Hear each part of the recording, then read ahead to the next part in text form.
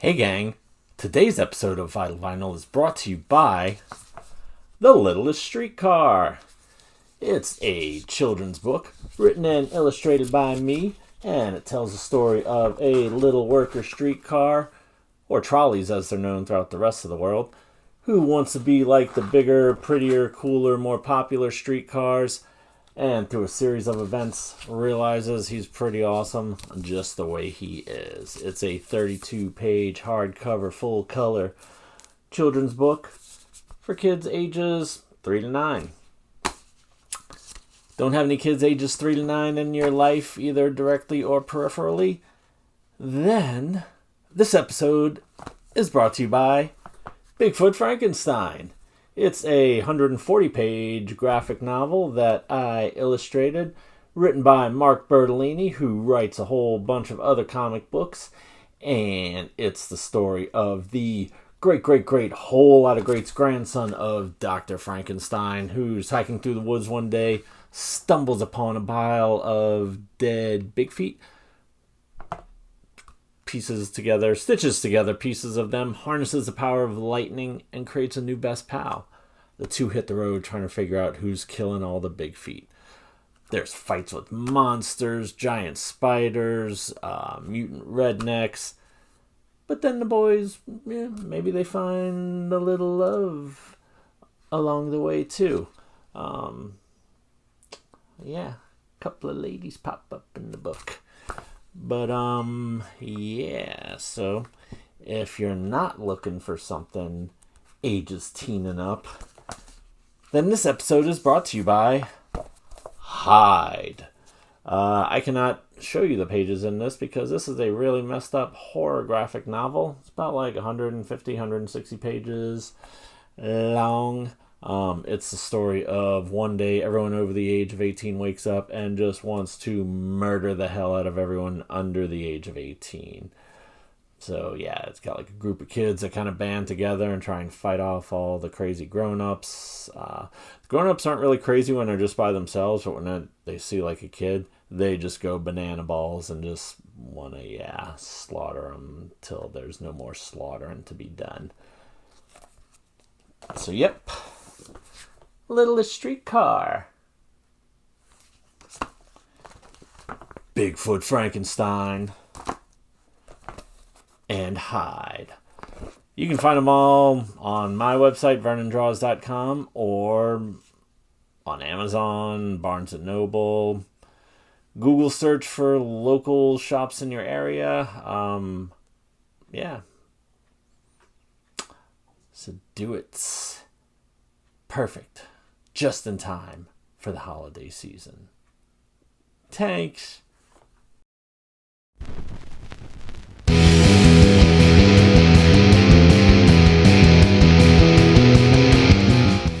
What up, three dubs?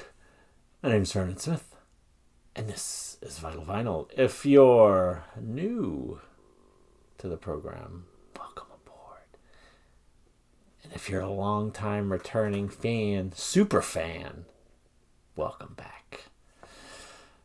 This episode is also brought to you by Joystick.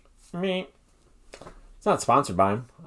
Just a band that I really like. And I've become friends with a couple of guys in the band. Duck the singer and Clay the guitarist.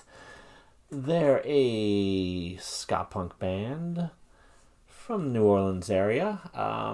They've got a couple albums out. And they're all really rocking and reeling from the floor to the ceiling. So go check them out. They're on Spotify, iTunes, Apple Music, and you can even find some of their stuff right here on YouTube. So if you're already here, go check them out. Give them a listen. And then go to one of your other streaming platforms so they can get parts of a penny for every listen that you give them. So do it. Joystick. Don't have any of their albums yet, because when I saw them, they had records, and I didn't have a record player, but now that I do, I'm going to have to get some, because they're pretty cool. Seen them play before. Put on a great show. But today we're here to talk about something else. As I mentioned last time, today's episode is going to be about Hollywood Nights. Now, normally, as you probably know from watching this show repeatedly, my records are records that I had in the past, but they all got destroyed, and so I've been rebuilding my collection, but only buying albums that I knew were pretty solid. Not like, oh, they've got a couple of good songs, or, whatever. But ones that I know are just solid from front to back. Maybe they've got one or two duds on them, but, for the most part, pretty banging. But I have picked up a couple of new albums along the way. And this is one of them. But even most of the new albums that I picked up along the way, I'd at least heard them first to know. The Beths. Remember the Beths episode? Boy, didn't we have a blast back then. And we've come so far. Back then, my camera was over there. Now it's right here. And you get to see the new stereo. This is basically my new co-host. You see the little meter needles popping back and forth, so it's kind of like he's talking. Oh, thanks, Component stereo system from 1977. I appreciate it. You're welcome. Yeah. But one day I was across town in New Orleans at the Mushroom Record store while my wife was at Tulane University because she was having a college reunion there and she was setting up all the paperwork and whatever, picking up her stuff. So I went to the record store because I did not go to Tulane University, and I was flipping through one of their bargain bins and I found a record with a big butt on the cover. What? Who doesn't love that? It's covered up with a license plate. And it's a peel-off license plate, so you could actually peel it off and see the whole butt. But, I wouldn't want to do that, because then I'd ruin the record. And check it out. It's got, what do you call it? The die-cut kind of fold-out covers. So it's kind of a gatefold, but kind of also not. And when you open, it reveals the actual butt. Maybe I should have the light shining over it, or I'll just hold my finger over it. But yeah, at last, a motion picture that moons a man on the land. It's kind of like lands a land on the moon, but lands a man on the, but it's not. I kind of fucked that up more than they did by rearranging it. So yeah, I'd never seen this movie before. Still haven't. But it's introducing Robert Wuhl. That's that young man right there in the car. Not the one with the butt, because that's a lady. But Robert Wuhl. If you're asking who's Robert Wuhl, then maybe you should be asking, so Commissioner, is there a 6-foot bat on the Gotham payroll? And if so, what's he pulling down? After taxes. That's right, he was Alexander Knox from the 1989 Tim Burton Batman movie. And then looking at the back, I was checking out all the songs, and there's some scenes from the movie. And look who else from the Batman franchise is there. None other than Catwoman herself, Michelle Pfeiffer. Nice. And who's that next to her? It's Tony Danza. He was not in any of the Batman movies, but I wouldn't have been surprised if he'd have popped up in one of those awful Joel Schumacher sequel Batman movies. Probably would have made a better Batman than George Clooney. But he'd probably, after beating up a bad guy, he'd be like, yeah, I'm the boss. And wink at the camera with his dum-dum smile. Dum-dum. God, I haven't called anyone a dum-dum since 4th grade, but kind of fits. Anywho, yeah, so drawn in by the butt. Pictures on the back were cool. Liked American Graffiti, and this, like I said, seemed along that style. Though this came out in 1980, so they're kind of slow to jump on the American Graffiti bandwagon. But I was like, I'm not going to get this unless like the songs are pretty good. And yeah, let's see what we got, shall we?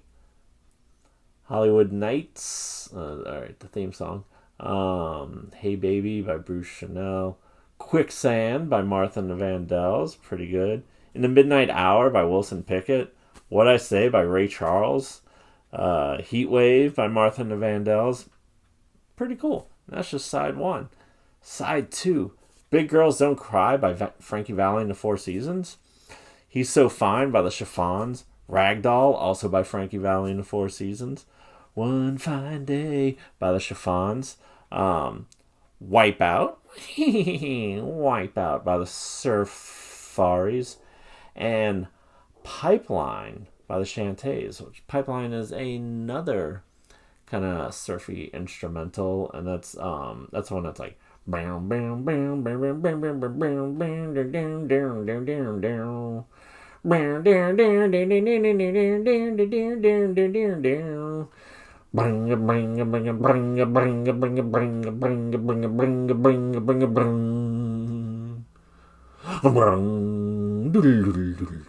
so yeah, cool jams right there.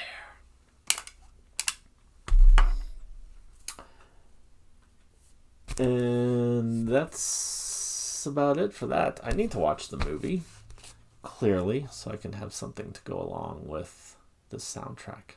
Maybe one day. Maybe one day. Gotta find out what it's on first. Sorry, I had to pick up the sleeve. Because I'm sure you're like, dude, where'd he go? Oh my god, is the show over? Did something happen? Was he attacked by Russians? Or something? I don't know. I wasn't. I was just attacked by a dropped record sleeve. But I got it. And now this can be preserved for all eternity. For all but eternity. Hollywood Nights. Great soundtrack. Go check it out. Let's see what we got in store for next time. Ooh. Next episode might be a long one, gang, because we're just starting into one of my favorite bands of all time and a band that I have the most albums for, so we might be here for a bit. It is the Melvins. Melvins are awesome. Melvins. So hold on to your hats for that one, gang. So step back, take a breather. Maybe this will be a Friday episode, so you'll have the whole weekend to get ready for that. Or maybe I'll drop them to where that episode comes out on a Friday and you'll have the whole weekend to recover from it. I don't know. So many choices. What do I do? Tell me down below in the comments. And remember, if you haven't hit that like, share, and subscribe buttons, then you haven't hit the like, share, and subscribe buttons. Toodles.